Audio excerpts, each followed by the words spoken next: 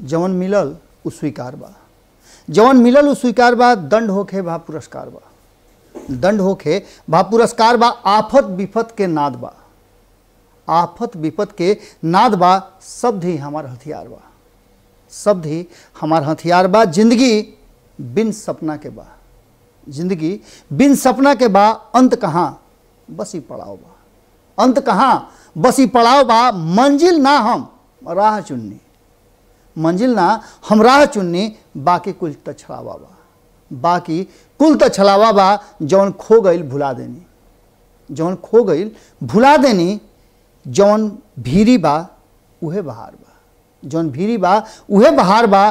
कसक करेजा में तो बाटे, कसक करेजा में तो बाटे। बाकी बुलंद अभी विचार बा, बाकी बुलंद अभी विचार बा। का बसंत का पतझड़ करी, का बसंत का पतझड़ करी जहां अनुभव के पहाड़ बा। का बसंत का पतझड़ करी जहां अनुभव के पहाड़ बा। नमन बाबा के जोड़ी भिरी, नमन बाबा के जोड़ी भिरी। हर नट बोल्ट के जुगाड़ बा। गोड़ लागतनी हियरा के अभिनंदन बा। रुआ लोग के अपना कार्यक्रम जना के नाम हो खूटा ठोक के।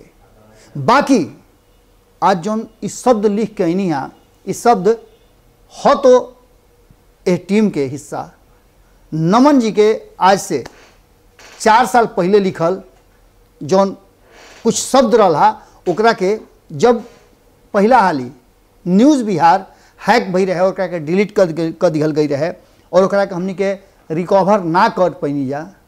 कारण कि ओकरा के बहुत ज़्यादा प्रभाव से 2019 में चुनाव से पहले डिलीट करवा दिहल गई रहे। लेकिन एक खाली फिर से हमरा भारत लाइव पर, रउआ लोग के भारत लाइव पर कहीं ना कहीं एक खाली फिर प्रहार भइल बा।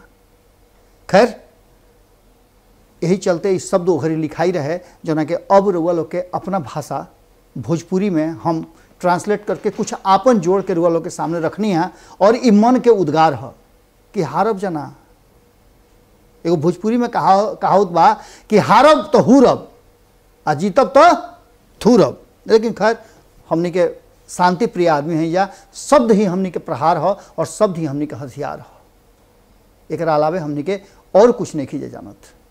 आज यह बात के लेकर के मन में हुलस बा कि रुआ लोग मात्र 24 घंटा के अंदर में जौन प्रेम और स्नेह देनी है नया चैनल खूटा ठोक के, और साथ साथ संपादक नमन मिश्रा जी के पंचनामा के, ओकरा खातिर रुआ लोग के 10 नोह जोड़ के गोड़ लागतानी।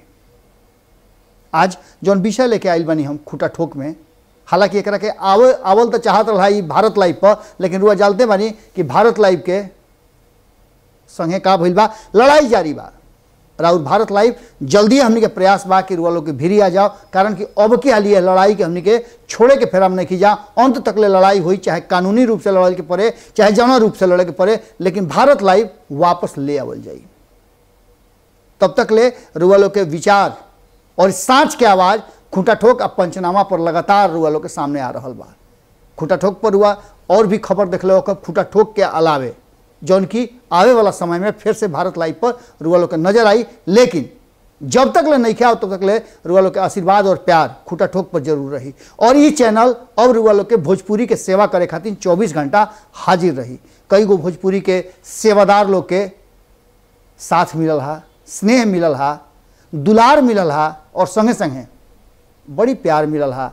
बहुत लोग के ये बात के दुख भी भइल हा, लेकिन यह बात के खुशी भी भइल हा कि आपन भोजपुरी के एक वाहिद चैनल हुई जहां राजनीति के विश्लेषण हुई और उड़ी गुड़ी से छान के खबर ले आवल जाई। और इसने खबर आज लेके आइल बानी कि मनसौदा तैयार हो गई बा, मनसौदा तैयार हो गई बा। आधा आधा पर बिहार में चली सरकार। अब एक मतलब रुआ बुझ गई नी, स्वार्थ लागी सड़क करही सब प्रीति असुर नर मुनि सब की हरीति। ये तो रुआ सुन ही हो कब सब है। अब ये पूरा स्वार्थ जो बा उस सत्ता खाती बा। जेपी के बात मत करी, कारण कि जेपी के व्यक्तिगत रूप से सत्ता के मुंह ना रहे, लेकिन उनका चेला चपाटा लोग के अतना सत्ता के मुंह रहे कि आज रुआ देख ले हो कब कि देश से लेके बिहार के राजनीति में कतना ऐसा छत्र बाड़ा जो अपन खूंटा गाड़ के एड़ो गाड़ दिले बाड़न। ऐसने में से अब जब उथल पुथल मचेला तो वह जानते बानी कि परिवार में जब झमेला होला, झगड़ा हो, तो केहू केहू के पक्ष में हो जाला, कबो केहू केहू के पक्ष में हो जाला। और ये जौन एह कोना से हो कोना जाए वाला बात होला, वो निश्चित रूप से परिवार में सत्ता खातिर होला। बिहार में भी यही तरीका के बात चल रहा बा। और जौन आज के वर्तमान परिस्थिति में रुआ देखा तानी कि बिहार के सत्ता पर जे काबिज बा, जे विपक्ष में बा, जे केंद्र के में भागीदार बा बिहार से, उनमें अधिकांश लोग जेपी आंदोलन से निकलल लोग बा। और जब छात्र आंदोलन शुरू भई रहे, जयप्रकाश नारायण के संपूर्ण क्रांति, तो गांधी मैदान में जयप्रकाश नारायण जी यह बात के घोषणा कैले रही खुल करके, और अंतिम वाक्य वहाँ के कहले रही यह आंदोलन के शुरुआत करे खातिर और यह आंदोलन के अंतिम पायदान पर ले जाए खातिर कि जात पात तोड़, तिलक दहेज छोड़, एक अलावे भी बहुत कुछ रहे जना में भेदभाव छोड़, समाज में सामाजिकता के प्रवेश होके, और सब कोई एक दूसरा के सामंजस्य के साथ जो नाकामी बा ओकरा के दर्शावे, और ये बड़ा कारगर भई रहे। लेकिन वर्तमान परिस्थिति में जो बिहार में राजनीति के चाणक्य कहल जा रहा बा नीतीश कुमार जी, वर्तमान परिस्थिति में 2020 के चुनाव परिणाम के बाद जौन तरीका से वो अपन व्यवहार कर रहा बा, कारण कि लगातार ये 16 साल में रुआ देखले होकर कि करीब 7 हाली वो बिहार के मुख्यमंत्री के कुर्सी पर विराजमान भइले, कई हाली एक कुर्सी के त्याग भी कैले। और नीतीश कुमार जब जब कुर्सी के त्याग करेले तब तब उनकर गेम प्लान बड़ा हो जाला। और नीतीश कुमार कई बार प्रमाणित कैले बा। रेल मंत्री रहते हुए गैसल रेल दुर्घटना जब भई रहे पश्चिम बंगाल में, काफ़ी संख्या में सैकड़ों लोग के या अथी मृत्यु भई रहे। यह बात से के जौन बात उन रेल मंत्री रहते हुए कहीं ना कहीं नीतीश कुमार जी एकरा के नैतिक जिम्मेवारी लेते हुए इस्तीफा दिले रहन। इस्तीफा तो तत्काल दिले रहन, वो घड़ी बड़ा इनका राजनीतिक कद के और ऊंचाई मिलल। एक खाली फिर 2014 में इस्तीफा दिले रहन, जब भारतीय जनता पार्टी से अलग होकर के लोकसभा चुनाव लड़ले रहन, और एक सामंजस्य बैठावे के कोशिश कल जात रहे, जौना से कि विपक्ष एकजुट हो जाओ और विपक्ष अपन प्रधानमंत्री के उम्मीदवार के नाम घोषित करे, लेकिन ना हो सकल। और नरेंद्र मोदी प्रधानमंत्री के रूप में एक छत्र बिना कंपटीशन के सत्ता में काबिज हो गए। कुछ लोग जौन ओ घड़ी उनका साथे रहे, जेपी आंदोलन के सेनानी रहे। दूसरों पक्ष में जो लोग रहे वो जेपी आंदोलन के सेनानी लोग रहे। अब इस साला लोग छात्र जीवन से उठ करके देश के और बिहार के राजनीति में अपना के स्थापित कर नाम बनौलस। लालू प्रसाद और नीतीश कुमार एक साथ आइले। कहल जाला कि नीतीश कुमार कुर्सी खातिर, सत्ता पर रहे खातिर एक से एक क्रियाकलाप करेले, योजना बनावेले। लेकिन वही जे भारतीय जनता पार्टी भी सत्ता में कैसे आई, ओकरा का त्याग करे के पड़ी, चाहे जैसे भी होके सत्ता ओकरा चाहिए, चाहे सटौर होके चाहे एकच होके, चाहे केहू के हरावे के होके चाहे केहू के ना हरावे के होके। वह सब बात सुन ले होकर कांग्रेस तो लगातार पिछला 7 साल से चिकर रहल बा, हाथ गोड़ खड़ा करके एकदम सरेंडर कर दिले बा। लेकिन तैयारी जबरदस्त बा, और तैयारी में नीतीश कुमार जी के तरफ से देखल जा रहा बा। नीतीश कुमार जी के विशेषता, और नीतीश कुमार जी जौना खास करके अब वर्तमान परिस्थिति में जौन पिछला 6-7 साल से राजनीति हो रहा बा, या ओकरा पहले से भी जौन शुरुआत हो गई रहे, वो राजनीति में कुछ चीज़ ऐसा बा जौन की एकच हो गई बा। जाति पाति के बाद जौन जेपी आंदोलन के सेनानी रहन, जहाँ एक तरफ जेपी जात पात से दूर रहे के बात करते रहन, तिलक दहेज से दूर रखे के बात करते रहन, सामाजिक विषमता के दूर करे के बात करते रहन, आज वही जेपी के से जो चेला चपाटा लोग बा, वो जातीय जनगणना के बात करता, जाति पाति के बात करता, कई तरह के सामंजस्य स्थापित हो गई बा। और देखले हो कि अपना जात के नेता और अपना जात के नाम लेवे में बड़ा लोग के गर्व महसूस होला। होके के चाहिए, कोई बात नहीं के, हर कोई के। लेकिन जब देश के और समाज के और राज्य के बात आवे, तौना घड़ी ये सब के छोड़ करके कल्याण खातिर और विकास खातिर सबके एक हो जाए के चाहिए। जयप्रकाश नारायण के यह सोच रहे और यही सोच के साथ ही जितना छात्र रहन और युवा, कारण कि उनका फोकस छात्र और युवा रहन, जहां एक तरफ 70 के दशक में जयप्रकाश नारायण के ध्येय और लक्ष्य में युवा और स्टूडेंट रहन, ठीक वैसे ही 2014 में वही धारा पर प्रधानमंत्री नरेंद्र मोदी भी अपना के लेकर के अले और यह बात के वो भी प्रमाणित कैले कि सबसे कारगर जो नुस्खा बा वो कोनो रोग में फिट हो जाए, खास करके लोकतंत्र के रोग खातिर इस सबसे सटीक और अचूक दवाई बा। ये दवाई के प्रयोग करते सारा खेल रुआ हो जाए, चाहे दवाई के कीमत रुआ दी चाहे मत दी। यानी कि ये वादा तो भई रहे, रुआ याद बा, वादा 2014 में भई रहे, नरेंद्र मोदी वादा कैले रहन 2 करोड़ लोग के हर साल नौकरी देवे के, रोजगार देवे के, लेकिन वादा पूरा ना भइल। आज भी युवा हुले करे खातिर तैयार बन, लेकिन जो जेपी के आंदोलन रहे ओकर भी लक्ष्य और उद्देश्य रहे जो उनकी युवा से बता देनी, उनमें युवा और छात्र के यह बात के रहे कि उनका पढ़ाई लिखाई जो बा वो बेहतर ढंग से हुई और रोजगार खातिर उनका छिछियाए के ना पड़ी। लेकिन ऐसा कहाँ भइल?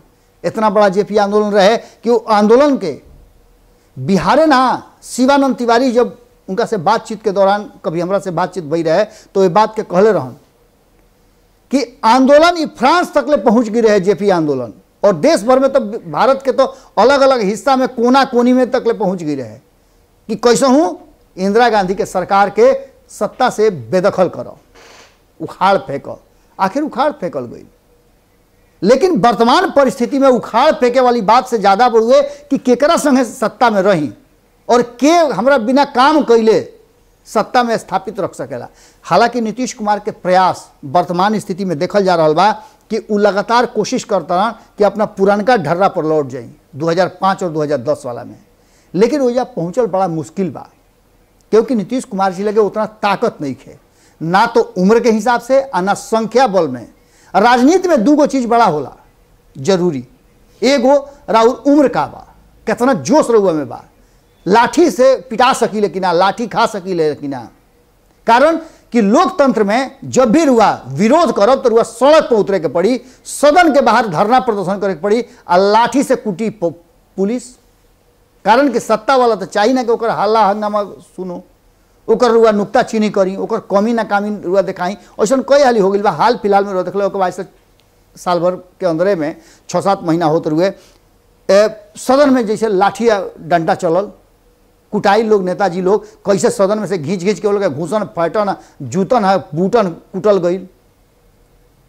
तो उतना ताकत रुआ में होके के चाहिए, या फिर रुआ जातीय जनगणना और जातीय आधार रुआ देखते बनी। यही चलते जातीय जनगणना पर ज़्यादा फोकस कल जा रहा बा। लेकिन नीतीश कुमार जी के अपना जातीय वोट के अगर देखी तो उनकर संख्या कम रहे। हाल फिलहाल में 2020 में उनका यह बात के एहसास भइल कि उनकर जो ताकत रहे वो ओबीसी, ईबीसी, एक अलावे दलित और महादलित जो अलग अलग सेक्टर में ले गई रहन, एक अलावे जो अल्पसंख्यक समाज बा ओकर कुछ हिस्सा जैसे पासमंदा वगैरह लोग बा उनका पक्ष में रहे। इस सब के लेकर के नीतीश कुमार जी अपना ताकत के मजबूत कर ले रहन। जहां एक तरफ लालू प्रसाद के एमओआई समीकरण 30% रहे, ओजा 34% अपन 35% बना ले रहन। और एकरा संगे संगे भारतीय जनता पार्टी उनका संगे हो गई रहे, जौन की हिंदुत्व वोटर और अन्य जो राष्ट्रवाद वाला जो थी गोली बा वो सब गोली ओकरे भी रहे, वो सब मिला करके कहीं ना कहीं 50% 60% हो जाते रहे। और ऐसा स्थिति में सत्ता में उनका बनल रहे के बाद एक लड़ाई रहे। लेकिन वर्तमान में नीतीश कुमार जी कमजोर भइले, कारण कि रामविलास पासवान दलित वोट के पुरोधा हो गए। उनका के यहाँ तक ले जानता नहीं कि सेकंड अम्बेडकर तक कहल जाला। अब तो दुनिया में नहीं खन, लेकिन उनकर विरासत संभाले वाला उनकर भाई और उनका पुत्र में, भतीजा में आपस में द्वेष और सामंजस्य के स्थापित बा। पार्टी 2 खंड में विखंडित हो गई बा, दावेदारी जबरदस्त चल रहा बा और आने वाला उपचुनाव में ये सब रुआ देखे के मिली। लेकिन वर्तमान परिस्थिति में लालू प्रसाद एकदम गुमी सधले बा। एक पीछे के रुआ कारण पता बा, जब भीतर ढूक के रुआ पता करब तो चुप्पी के मतलब स्वीकारोक्ति होला। हामी होला। अगर रुआ समाज में बैठ करके हाथ नहीं क्यों उठावत तब भी, हाथ नहीं क्यों उठावत तब भी राउर वोट काउंट होता।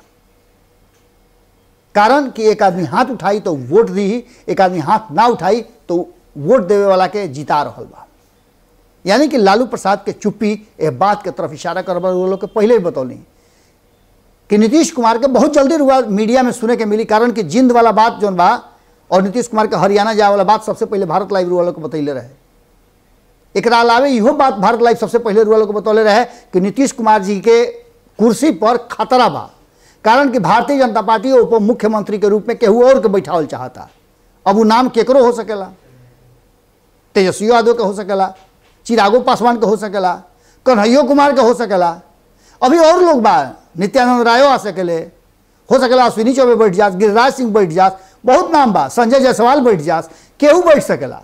कारण कि संख्या बल के अगर बात करी तो संख्या बल में 1 नंबर और 2 नंबर के पार्टी सत्ता से बाहर बा। यह लोकतंत्र और नीतीश कुमार जी अभी वर्तमान परिस्थिति में कुर्सी छोड़े के तैयार नहीं खन। लेकिन जौन तरीका से भारतीय जनता पार्टी हई से चारों ओर से घेरत चलावत रुआ सलाई इंच देख रहे सलाई इंच में एगो हईसे से करे वाला एगो नट होला। वो नटवा के कम बेसी करब तो सलाई इंच में घटेला बढ़ेला। माने जतहत नट होला उतने में ओकरा के फंसा दियाला। ओकरा में कम बेसी करे वाला दूसरा इंच में ना होके, यही से कहा जाला कि सलाई इंच बड़ा कारगर होला। कोनो नट में भिड़ा के कस नहीं खोल देवेला। वैसे ही सलाई इंच जौन बा वो अब के समय में 2 लोग के पास बा, एगो भारतीय जनता पार्टी और एगो लालू प्रसाद के पार्टी आरजेडी के पास। नीतीश कुमार जी नट हो गई बाड़े जिनका के खोले के प्रयास कल जाता। तो पहले तो प्रयास हो रहा बा कि भारतीय जनता पार्टी नीतीश कुमार जी के कितना टाइट करता या कितना खोलता उनको नट।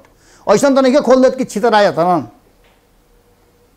लेकिन लालू प्रसाद एकदम चुप्पी साध ले बड़ा और चुप्पी के मतलब कहीं ना कहीं होला कि नीतीश कुमार जी के साथ भीतरे भीतरे मनसौदा तैयार हो रहा बा। अब एकरा पीछे नीतीश कुमार बा कि भारतीय जनता पार्टी बा, ये अलग बात बा। लेकिन हरियाणा ना जाए के पीछे कहल जा रहा बा कि कहीं ना कहीं भारतीय जनता पार्टी से ज्यादा लालू प्रसाद के उ ऑफर बा, जौन ऑफर कांग्रेस और लालू प्रसाद सहित अन्य जौन पॉलिटिकल पार्टी बाड़े अलग अलग राज्य में, क्षेत्रीय दल बाड़े जिनकर की प्रभाव बा केंद्र में और राज्य में, उ नीतीश कुमार के तरफ हाथ बढ़ावे के तैयार बाड़े। कारण कि नीतीश कुमार एकमात्र ऐसा नेता अभी वर्तमान परिस्थिति में बुझाता रहे जौन नरेंद्र मोदी के सामने अगर खड़ा हो जास और पूरा मन से खड़ा हो जास तो नरेंद्र मोदी के टक्कर दे सकले। जीत हार बाद के चीज बा और एकरे चलते मनसौदा तैयार हो गई बा। आधा आधा माने जौन बाँचल बड़ुए ओकरा में आधा समय नीतीश कुमार और आधा समय जे उनका संगे सटौर होके सरकार बनाई, यानी चाहे भारतीय जनता पार्टी होके या फिर महागठबंधन होके, दोनों में से जे भी हुई आधा आधा बिहार के कुर्सी पर बैठी। पहले तो आरजेडी के डिमांड रहा कि हमरा भाई फुल चाहिए, पूरा कुर्सी चाहिए, तू मेंटर के रूप में हमनी के कोचिंग दो, बताओ कि कैसे कैसे चलावे के बाद। लेकिन मुख्यमंत्री हमार हुई।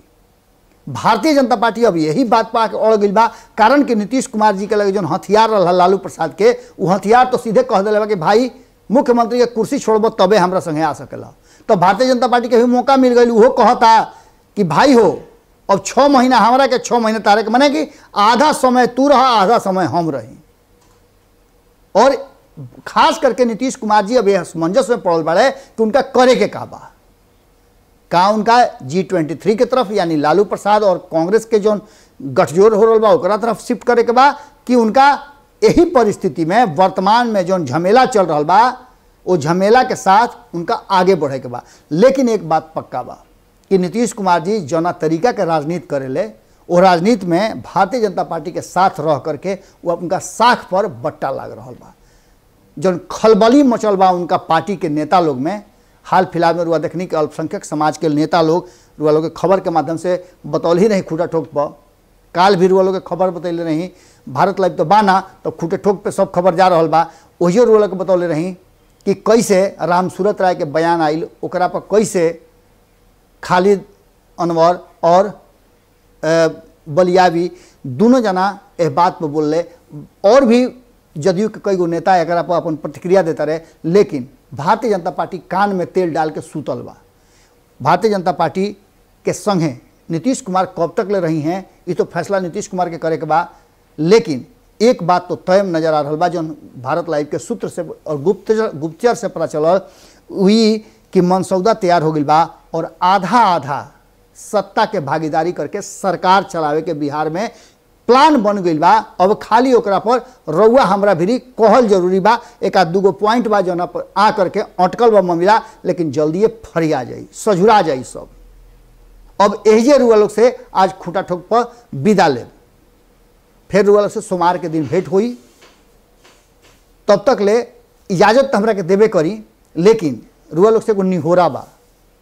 निहोरा यह बा कि रुआ अगर खाँटी भोजपुरिया हैं, रुआ बुझाता कि ई राउर चैनल है, एकरा के आगे बढ़े के चाही और साँच के जौन दिया बा जरे के चाही तो ओकरा में तेल बाती डाले के पड़ी। रुपया पैसा से हम रुआ लोग से मदद नहीं चाहत, हम रुआ लोग से मदद अपने से खातिर चाहतानी कि रुआ लोग चैनल के सब्सक्राइब, अपना हित नाता गोतिया पटीदार संगी सलेहर जे भी बा देश दुनिया में जहाँ भी बा, विदेश से भी कई लोग हमरा के फ़ोन कैल हा। ग्लोबल भोजपुरियन लोग से हम वो लोग के बहुत बहुत धन्यवाद देतानी, बधाई देतानी कि वो लोग फ़ोन करके ट्वीट करके और भारत लाइव के रिकवर करे खातिर मांग कैल हा यूट्यूब से। वो लोग से आग्रह बा कि अपना भारत लाइव के वापस करावे में रुआ जौना तरीका से मदद कर सकतानी, सोशल मीडिया पर जा करके या जहाँ भी रिकवर करे खातिर वापस करे खातिर भारत लाइव के रुआ लोग आग्रह करी और खूटा ठोक के सब्सक्राइब करी, सभे घंटी दबा दी, जौना से कि मुफ्त में फ्री में बिना दाम पानी खर्चा कैले रुआ लोग के सब खबर मिलत रहे और हमनी के संगत बरकरार रहे। कारण कि देखिए रुआ लोग सब्सक्राइब कर तभी ना अपन बात रख सकिले, हमू रख सकिले और एगो हिम्मत बनेला कि रुआ लोग हमरा साथे बानी, कपार पर हाथ रुआ लोग धैले बानी। गोड़ लागतानी।